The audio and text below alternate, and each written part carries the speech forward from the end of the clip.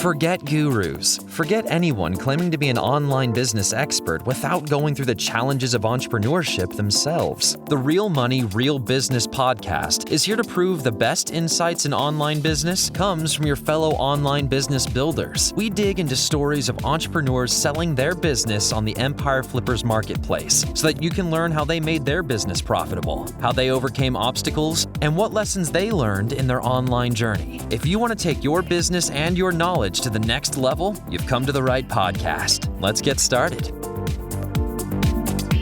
Hey everyone, welcome to the Real Money, Real Business podcast. I'm Lauren, and today we have Ben on the show who's selling an Amazon FBA business on the Empire Flippers marketplace.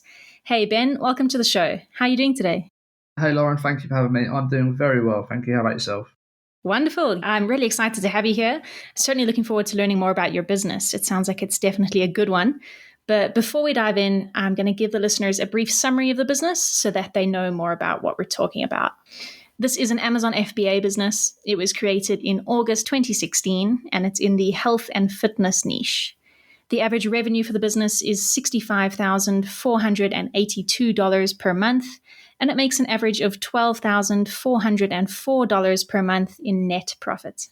The assets included with the business are an Amazon Seller Central account with 17 SKUs, a Wix account, a primary domain and all site content and files, Facebook and Instagram social media accounts, supplier relationships, and 8 trademarks. Please note that inventory is not normally included in the list price, but further details can be provided to verified buyers. For everyone listening, you can visit empireflippers.com/marketplace and search for listing number 64086 to learn more about this business. Or you can unlock this listing to start your due diligence if you're interested in purchasing this asset. Now that we know more about the business, let's hear from the seller. Ben, can you fill us in on your background in starting and running online businesses? For sure. So this business came about because at the time I was actually working at Amazon myself. I was working on the third-party marketplace team, helping businesses grow and sell on Amazon. And at the time, I thought it was an opportunity to explore myself. I started in the health and fitness space, specifically because that is an area of personal passion for me. And the products kind of came about as something that I used myself and had just built along the way, and thought it was an opportunity to leverage some of the learnings from Amazon as well as my personal passion. So that's where this all stemmed from. Yeah, that's fantastic. I'm sure as an Amazon employee, you knew all the ins and outs of the platform. Have you ever been tempted to try any of the other e-commerce platforms, or have you stuck firmly to FBA?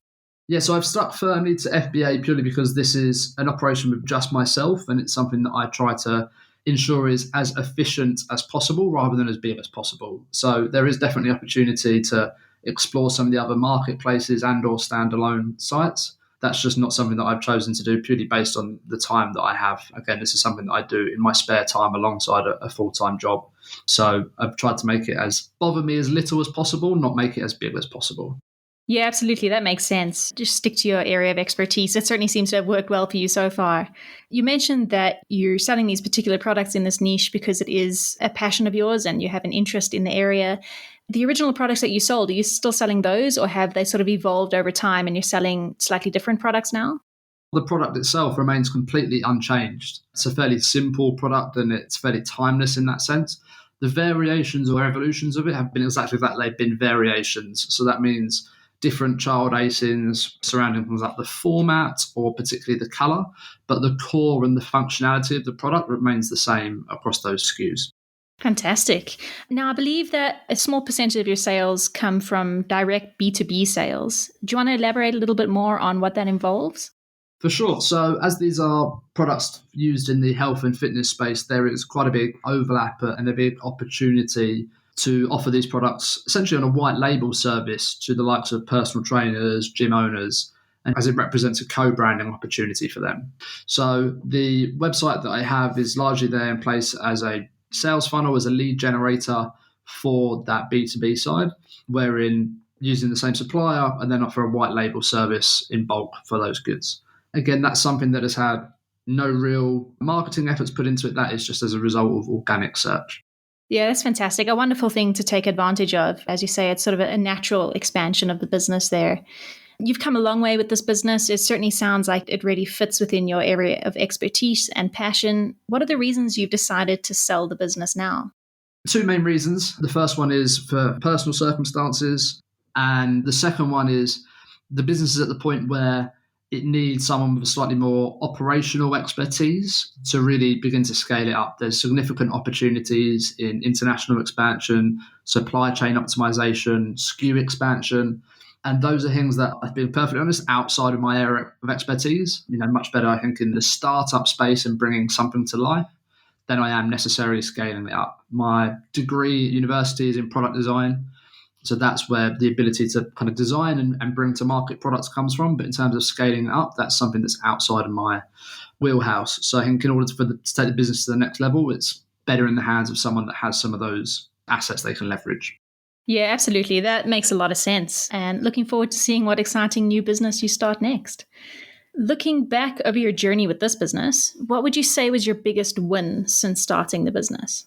Biggest win for me probably be just in terms of milestones, using the Amazon criteria, for lack of a better term, becoming Amazon's choice, Amazon's bestseller, and how that had permeated up through the ranks. So that started off in one of the very sub-GLs, one of the very subcategories, to then actually being, at one point, it was the number 12th highest selling product in the whole sports and outdoors category in the UK.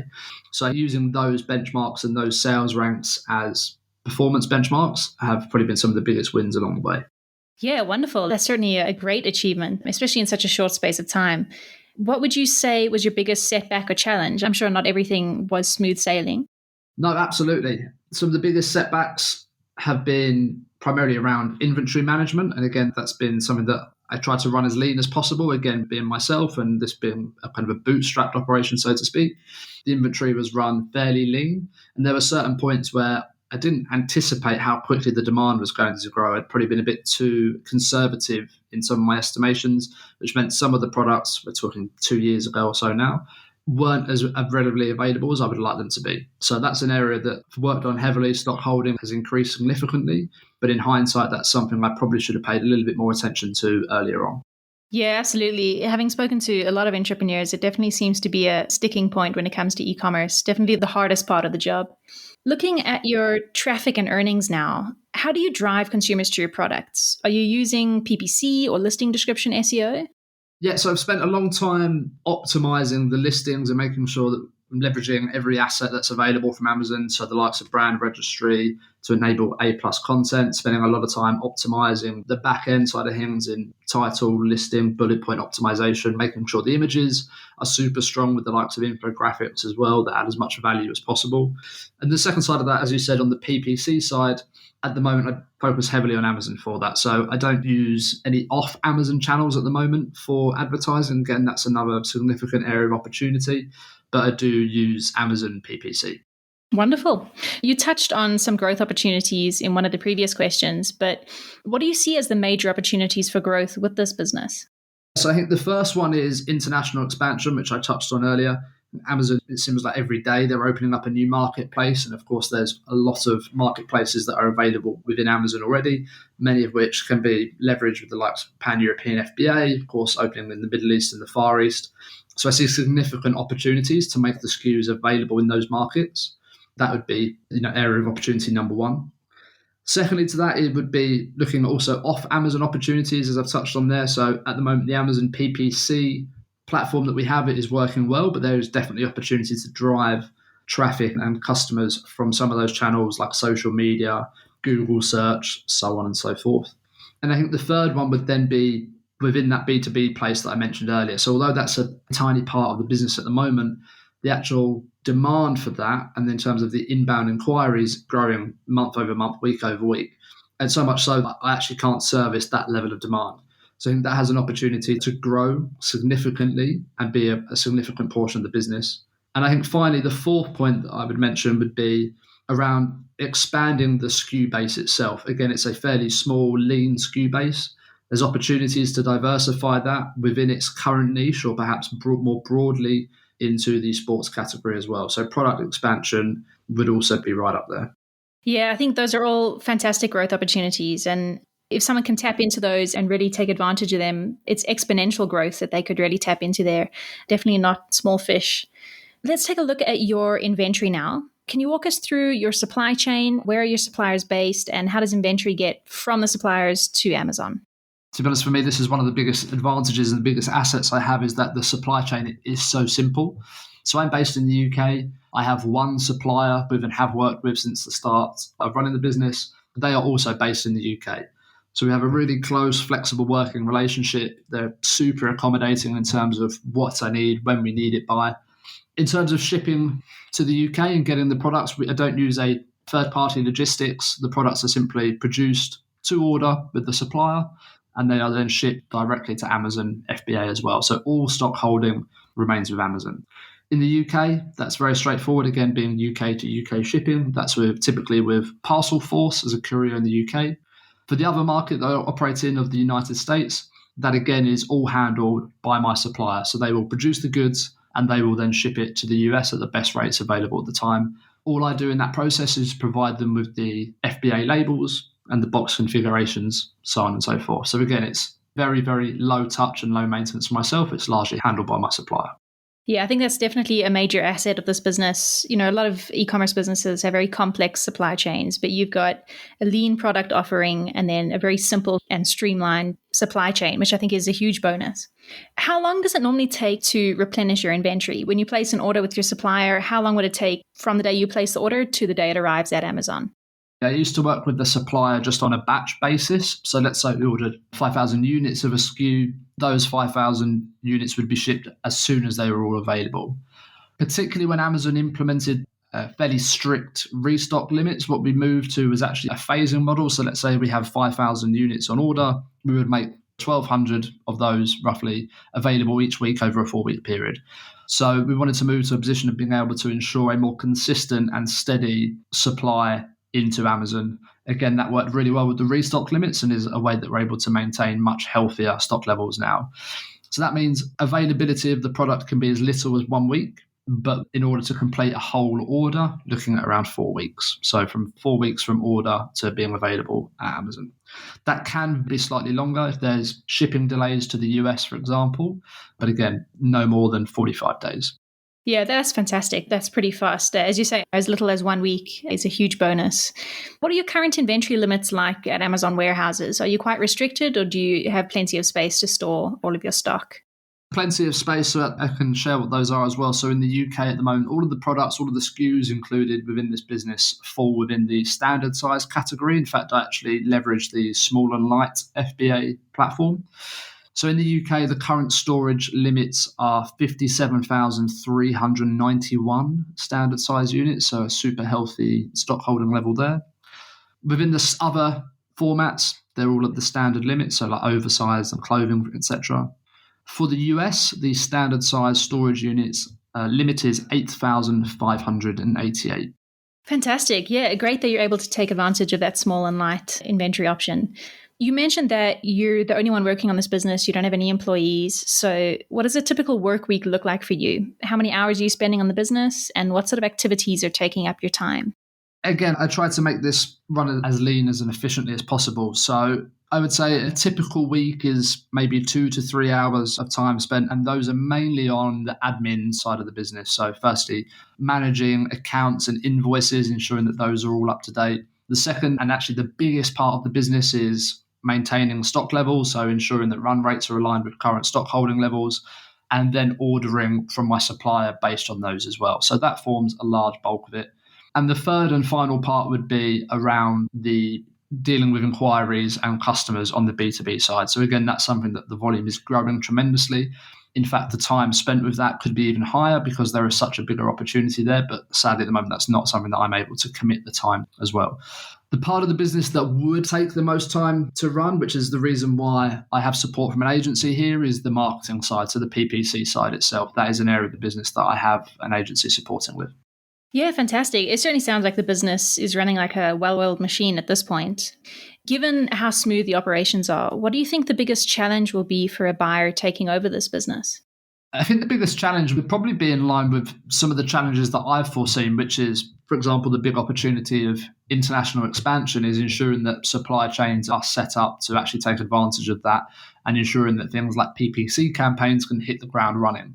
Particularly when expanding to new markets, those are things that I've personally struggled when I've tried them myself. And again, not having any historic data in those markets makes it a little bit difficult to apply that trial and error and those previous learnings. So I think that is something that would be really important, especially given that the products themselves, they contain written words. So the actual products themselves would need to be localized. They would need to be translated in order to be super relevant in those markets if English isn't the native language. So again, that's something that, of course, requires additional capital into stock holding levels for those markets as well. So as long as a business is set up to be able to optimize that on the supply side, then they should be able to overcome some of those potential challenges. Yeah, absolutely. That's an important thing to keep in mind. I think a lot of people overlook that when expanding into international marketplaces. Given your previous experience with Amazon, as you say, you work behind the scenes as well as in this business, how much support are you willing to offer buyers to help ease their transition into taking over this business? I'm happy to be as supportive as possible in order to give any buyer the right peace of mind. Again, I remain extremely confident in the business's capabilities. And I think, to be honest, the real beauty of this business is its simplicity. Basic, extremely straightforward. I haven't reinvented the wheel, but I'm happy to provide whatever support is required for at least a 90-day period to ensure a smooth transition. And of course, ensure the business continues to run as well as possible in that period as well. So yeah, more than happy to be available for email, call, etc. Yeah, wonderful. That'll be extremely helpful for the buyer. When it comes time to negotiating an actual sale, are you open to something like an earn-out agreement? That's something that I'm open to discuss.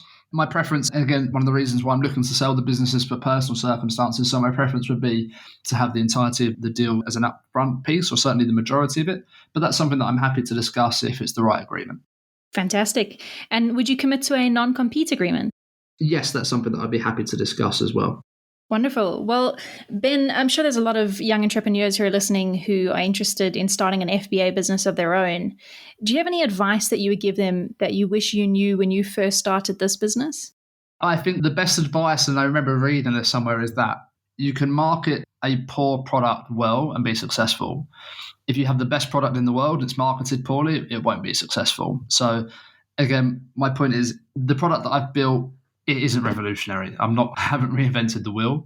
I've simply been able to focus on the branding and trying to make it as unique as possible and as distinct in that space as possible to attract as much traffic as possible. I think the best product, but I would certainly focus on ensuring that your product is getting seen and that things like listings are optimized. Again, the amount of people that build products and put a bog standard Amazon listing out in this day and age is just not going to cut it. So focus on that marketing and that top of the funnel side of things would be the main focus. Yeah, absolutely. I think that's fantastic advice. I think marketing is often underestimated and it's one of the most powerful tools that sellers have at their disposal. That leads us to the final question of the interview and probably the most important one. So, Ben, if you had to put yourself into the shoes of a buyer, why do you think your business is a business worth buying? I think the fact that if you look at the growth the business has delivered consistently year over year in various marketplaces, compared to the time investment, I think that's where the opportunity comes from and what probably distinguishes this from other businesses. This is by no means the biggest business out there, of course. It's very much a small and up-and-coming business. But in terms of the time that I've invested into this to make it as efficient as possible is what really makes it stand out. I think that means that in the hands of the right buyer with someone who has adequate resources to place into it, the growth, as you mentioned earlier, Lauren, is exponential in my view. So I think it is that upside in relation to the time that's invested. It's more than one for one in my view. And I think that's where the biggest opportunity is. Yeah, absolutely. Very well said. I think this business is definitely bursting with potential and buyers should definitely give it some time and attention because there's a lot that they could take advantage of here. Is there anything else that you would like to share with our listeners that I might have missed before we end the interview? No, I don't think so. I think that's pretty much covers everything. Okay, well, wonderful. Ben, thank you so much for coming onto the show and giving us some more insight into you and your business. As I say, it certainly sounds like a wonderful business, and I appreciate you taking the time out of your day. Thank you very much, Lauren. Thank you for your time. All right, everyone. Thanks for listening. To learn more and see if this listing has already been sold, head over to empireflippers.com/marketplace and search for listing number 64086. If you're watching this on YouTube, click the link in the description to go straight to the listing. Once you've unlocked this listing, you'll be given everything you need to know about this business. So until next time, enjoy your digital journey.